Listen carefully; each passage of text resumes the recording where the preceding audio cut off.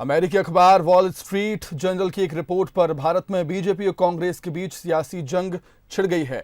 इस रिपोर्ट का हवाला देते हुए कांग्रेस के पूर्व अध्यक्ष राहुल गांधी ने आरोप लगाया है कि बीजेपी और आरएसएस फेसबुक और व्हाट्सएप को नियंत्रित करते हैं और इसके जरिए नफरत फैलाने का काम किया जा रहा है।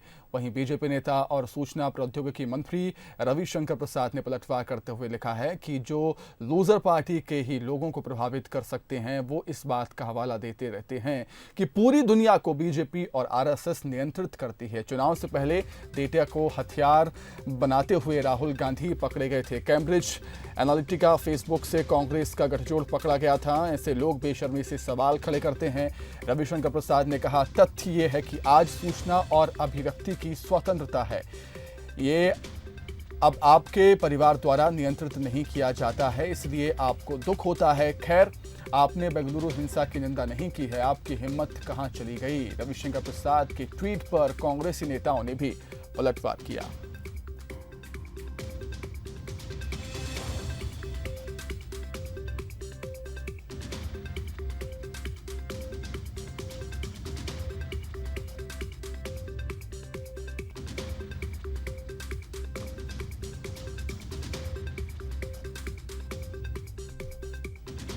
गांधी तो बयान प्रमुख हो गए हैं, कोई भी बयान कभी भी वो दे देते हैं। फेसबुक से जवाब तलब करना है तो वो करें, पार्लियामेंट्री पैनल क्या करेगा ये जाने। इससे बीजेपी से और आरएसएस से क्या मतलब है?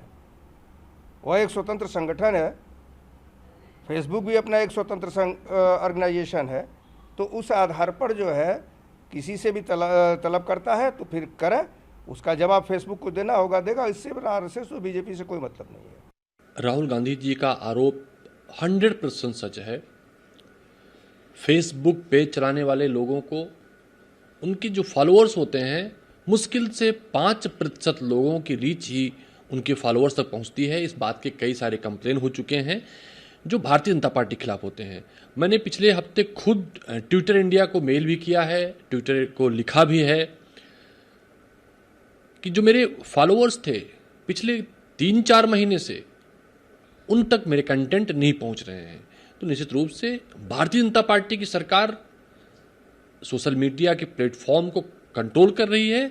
ये आने वाले समय में जैसे राहुल गांधी जी के अन्य आरोप सच साबित हुए हैं, ये आरोप भी तथ्य और प्रमाण के साथ सच साबित होकर रहेंगे। देखिए, अभिव्यक्ति की स्वतंत्रता को लेकर कांग्रेस का ट्रैक रिकॉर्ड देश आज भी नहीं भूला है। और जहां तक सोशल मीडिया और डेटा लीक को लेकर के कैम्ब्रिज एनालिटिका और कांग्रेस के संबंधों को लेकर देश में पहले भी शोर शराबा हो चुका है।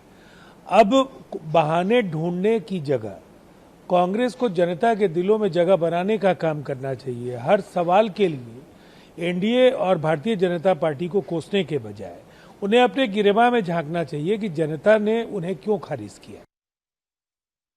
फेसबुक की इस मसले पर सफाई भी सामने आई है। फेसबुक ने सफाई देते हुए कहा है कि हम हेट स्पीच और ऐसी सामग्री पर बंदिश लगाते हैं जो हिंसा को भड़काता है।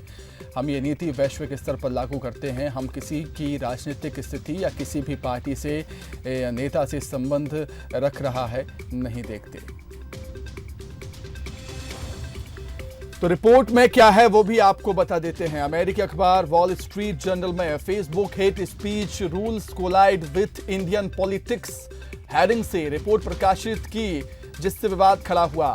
रिपोर्ट में दावा है कि फेसबुक भारत में सत्तारूढ़ बीजेपी नेताओं के भड़काऊ भाषा के मामले में नियम कायदों में ढील बरतता है। इसमें तेलंगाना से बीजेपी के सांसद टी राजा सिंह की एक पोस्ट का जिक्र किया गया है। पोस्ट में मुस्लिमों के खिलाफ हिंसा की वकालत की गई है। रिपोर्ट फेसबुक के कर्मचारियों से बातचीत के हवाले से लिखी गई है। फेसबुक कर्मचारियों का कहना है कि उन्होंने टी राजा की पोस्ट का विरोध किया था और इसे कंपनी के नियमों के खिलाफ माना था, लेकिन कंपनी के भारत में टॉप लेवल पर बैठे अधिकारियों ने इस पर कोई एक्शन नहीं लिया था।